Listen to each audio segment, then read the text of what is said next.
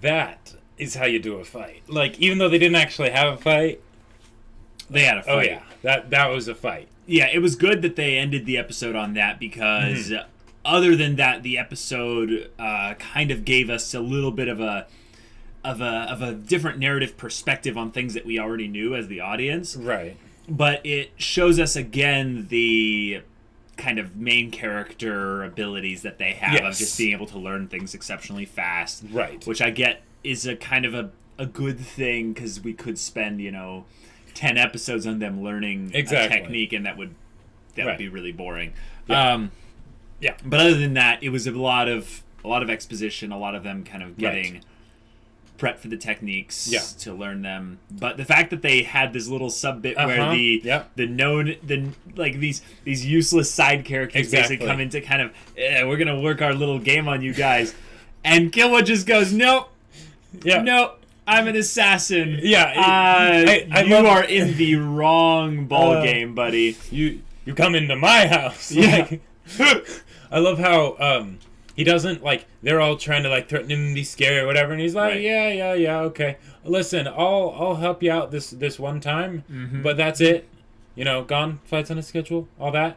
And if you break your word, well, whatever. They're like, whoa, wait, I'm curious. What is it? What is it? It's like, it doesn't matter right now. Yeah, it doesn't matter right now. Yeah.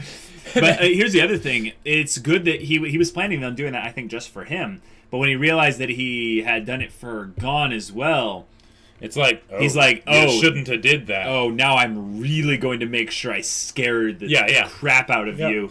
Yeah. Other than just what I was going to do. That's fantastic. Yep. Because Killua's character, we have to remember, he is an assassin. Yeah. And assassins have no problems with just killing people they deem to be worthy of them killing them. So yeah. It's one of the interesting bits in that the morality of the characters in this story are very gray. It's a very gray type of show in a lot of areas. There are places where, Killua's like, no, I'm not actually going to kill them, but I'm going to give them a very terrifying threat. Yeah. Or the whole thing where he's like, like not killing people is so like draining, right? Or whatever it was that he said. Because we don't really have Leorio and Kurapika involved. They're I would say they're a little bit higher on the moral compass, probably, so to speak. But the fact that Killua was willing to go this far, it shows also how, I would say, in a way, it shows how much he cares for someone like Gon. Yep. But the idea that he was willing to extend that care to Zushi because of his connection to them and Gon in particular. Yep. I think that's really cool. I think that's it's a slight sign of where Killua's change and growth as a character has kind of come into play. Yeah. Yeah. But and I love how they handle okay, so a lot of times people will in stories there will be characters that will be sort of like they'll adhere to sort of a black and white morality system, usually reflecting that of the author, right? Yes. And then what will end up happening is so that if there was, say, a character like Killua, since he's fine with killing people, he might be, more of the edgy type character on the other times, whereas with Killua, he's basically a normal kid. Except that he also is an assassin. Right. Which is, I love that they have that in there because it keeps things feeling fresh. I think it's also just a good example of a contradiction done in a character. Yeah, exactly. It's a thing where you go, no one expects the child assassin. Right. Also, because they're kids, they come in and they have this kind of perspective thrown at them that they're weak, that they're generally, going to take about the same, amount of time to learn things as everyone else. But they have their special card, and it's not necessarily explained why, but it's the idea that their auras are strong, they have the ability to focus well. They've like Killua has already been trained in a lot of techniques that involve, and Gon has mysterious kind of maybe a legacy kind of inheritance thing going on there. But We watched the ending all the way through. Yeah, and we had a lot of people recommending us to do that. So that was a really good ending. It was. I really feel like the iconic nature of the song in the previous one was really good. It was. It's one that I feel like I still liked it more than this one, but I loved the visuals that they showed in the ending. They were really cool. Do you know what something I think I just noticed about the visuals of the ending? What's that? And I'm not entirely sure, but I think when they were showing the characters in the Phantom Troop, I don't think Ahsoka was there. Oh, he was there. Oh, he was? Yeah, he was the second to last one there. Okay. Yeah. Okay. Yeah. But the cool thing that they did... They seemed to... There was that... there was that kind of pentagram or it was six-sided, so yeah, it was hexagon. Hexagon. Yeah. Of like different colored things with and they've script around them, and they've shown that with regards to the Nen thing with the practices or something. Right. So maybe that's the specializations that these characters will end up and having. they showed specific characters on specific points. Not on all of them at each hexagon. point. Yes. Right. Yeah. Which is interesting because they brought that up this episode, and that directly, I would say, contradicts some of our discussion in the previous episode where we said, Hisoka might be going into the Phantom Troop to learn their techniques and stuff before he, buggers off and kills a bunch of them or something.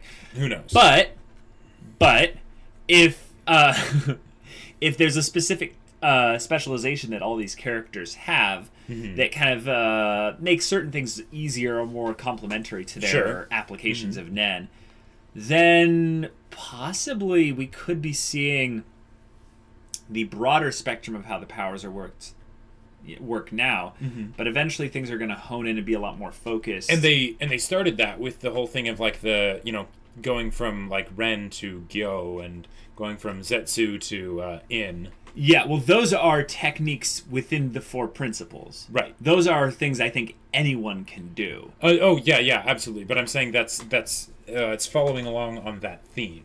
Right, but now I'm thinking of like what are the specializations? Like what do we know so far? You can imbue Nen into objects. Right. That's a thing. You can use Nen to augment yourself. So I think that's an aspect of it. There are people that augment themselves and things. Like that's a specialization. Yeah. And I feel like there are those that have like some kind of more Ren type techniques like Castro, where it's more about like dishing out some type of damage. Yeah, I don't know. I think I get the feeling like, okay, when I think about something like this, I think of like elemental stuff or something like that. But that's too basic, right?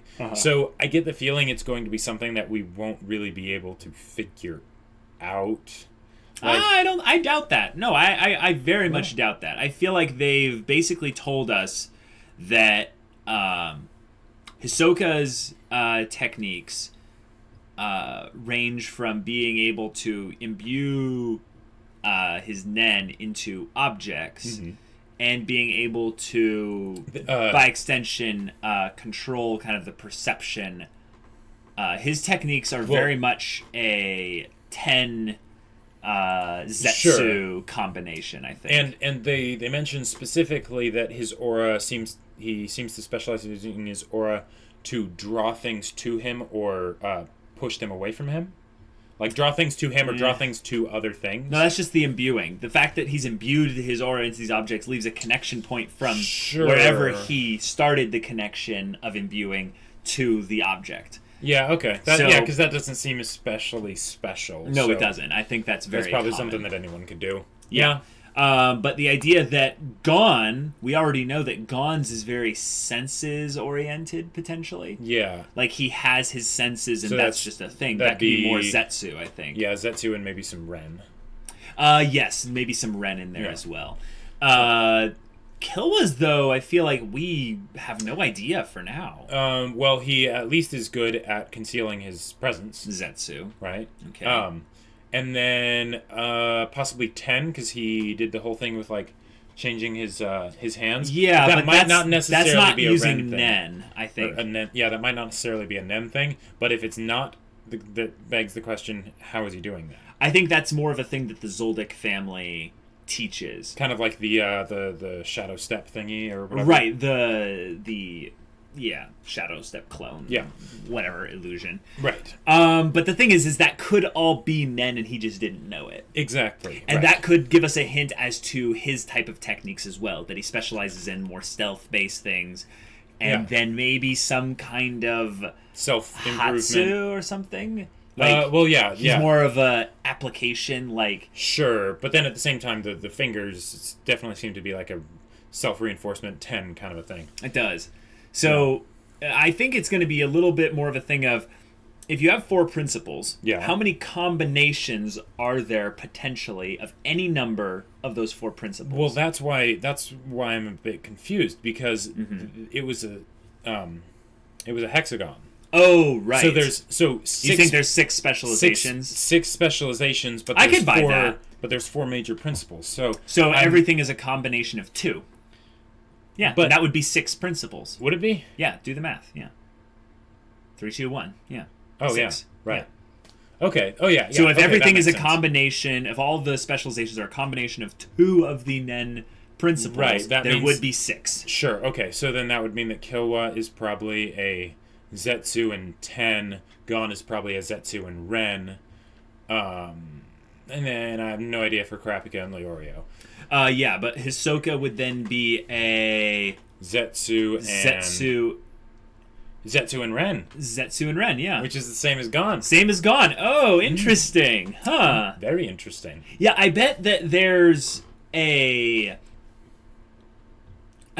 connection somewhat between Gon and Hisoka, but I would be very surprised if they were too similar. The idea that they could even have it be a thing where just because you're this specialization, your techniques are vastly different. Because if they only have 6 specializations, that's not that much variety if they all have the same techniques that they have access to. Right. So you need to have a lot of variety even within those. Right. Think about it like an RPG where you have each specialization has those like 10 base skills that they all have. Right. And you can grow specific ones out better. But based on how much you grow which of those 10 skills, you get access to more skills down the line. I almost see it like a spider web where where it's like, okay, you're going to start web. Well, yeah. But it's like if there's the 6 points, and let's say you start here, right? Right. And it's and like let's say with Gon, it's Zetsu and Ren. Right. Then you'll be really good at those things, and you might be able to be better at some of the other things, right? Because like other combinations of Zetsu or Ren, for sure. But then you would be really bad at like 10 in Hatsu. Right. Because you don't specialize in either of those. Right. And then that way also it could cause a lot of different combinations within just because like if you think about since they're 4 basic principles, that means that the ways that you can use that combination of Zetsu and Ren could be just about anything. It could be, since they've shown that there are individual techniques within each of the 4 principles that are very different. Right. So another thing we have to bring up is that just because these are the ones that they're showing an affinity with thus far does not mean they're the ones that they'll actually be specialized in, because as Wing pointed out, they still haven't figured out what their specialty is because they haven't trained in every single one of the principles yet. Right. They haven't even touched Hatsu yet. No. If anything, they've just seen it be used by Wing when he sent out his wave at them in the same way that Hisoka did in the hallway. Yeah. Okay. But that is an interesting point. There is a color differentiation when they use a technique based on one of the 4 principles. That's true. Hatsu seemed more like a fiery thing, and then Ren was green. Ren was green, and then so the Zetsu one was kind of dark black kind of thing, and then like maybe 10 a little 10 was kind of gray white kind of thing. Yeah. So that's kind of cool that we get a little bit of an idea of what type of techniques they're doing based upon the colors. Because when Castro fought Hisoka, he used green infused into his hands, which was Ren, which is what he was doing, basically an enhancement of sorts to make them... Makes sense, yeah. They had the words associated with it. They were the named techniques, essentially. The tiger bites, whatever crap. No. What? Okay. What? Whenever I see like named techniques, I kind of laugh a little inside. Me too. Now the fact that but one of the things that this is the previous episode, but one of the things that I loved about it is that they made it so Hisoka made up this move, right? Or, those moves that he was doing. And if you think about it, in something like this, since it's based on combinations of your own individual specialty and stuff like that, right? People probably make up their own moves pretty much all the time. Yeah. So that means that they also have to make up the name for them, which for someone like Hisoka, naming them after like his favorite like bubblegum and stuff like that, it's like that's great. It's a proper making fun of something that is taken a little bit too seriously sometimes in anime, and that just makes me it warms the cockles of your heart. It warms the cockles of my heart because then I see biting tiger strike or whatever, and I'm just like, wow, such a try hard. It's like, dude, you take yourself way too seriously. Yeah. Come on, really? Yeah, really. What was that meme where there's the person that's like goes to use an anime move and they're like, crap, I haven't named it yet. I don't know. With them having these fights under control, but they didn't technically show Gon automatically winning. Gon's gonna automatically win to to him as well, right? I believe so. Yeah. Okay, and then if he doesn't, then that guy doesn't have very good survival instincts because he's gonna pay him a visit. Yeah, exactly. But what's the deal with what's next then? Because well, they still need to get their total of 10 wins before getting 4 losses in order to. Is it 4 losses or 3? 4 losses because Hisoka has 3 losses right now and 9 wins. So Hisoka's next fight game, because he has to be against Gon, exactly, and has to be a win probably, right? Because he had 8 wins before he fought. What's his name? Castro. I've forgotten his name already. I just remember Fidel Castro, but with a K. Exactly. Yeah. But that means that he now has 9. So the next battle will decide it. Oh. Yeah. So what could happen next is maybe they focus on a little bit more of Hatsu. Maybe they focus on a little bit more of honing their techniques specifically to counter Hisoka. Yeah. And then they go into a fight with Hisoka. I feel like right about now we're kind of dicking around with time other than prepping actually for a Hisoka fight. Sure. But the Hisoka fight needs to happen in the next, 2 or 3 episodes, I would say. Not necessarily. I would be surprised if it didn't happen in 3 episodes. Well, okay. But what was the thing that Hisoka got the message or whatever from the girl saying, okay, you need to be here in, York New City, but... It's July 30th, dude. It's it's like a month or 2 from now. All right. Gotcha. Yeah. It's exactly 2 months. It's exactly 2 months from now. Right. Okay. The idea is that they're giving them enough time to do the actual top floor thing. Sure. Which I think is where this story is going. Mm-hmm. The question is if or at least the floor master for the floor they're on right now. Sure. I feel like that this section of the story still needs a little bit more of the direction as to going through it, because the episodes, the way they end, they have great endings. Every episode so far. But then you don't necessarily know what happens next. But then we don't really have a good connection as to what happens next. Yeah. So I feel like that actually makes this part of the story a little bit more episodic than we would like to admit. Could you say that?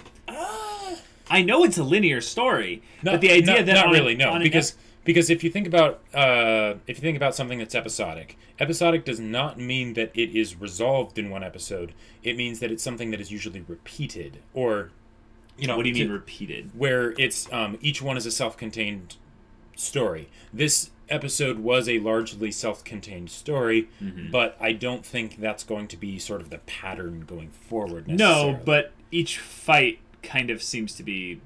Nah, they're not. I guess the fight with Castro would span 2 episodes. We kind of forget about the first one, but... Yeah, that's true. Yeah, the first one was pretty forgettable. Yeah, but they did a great job, even though it was an outside influence that gave them sort of the why for this episode. Right.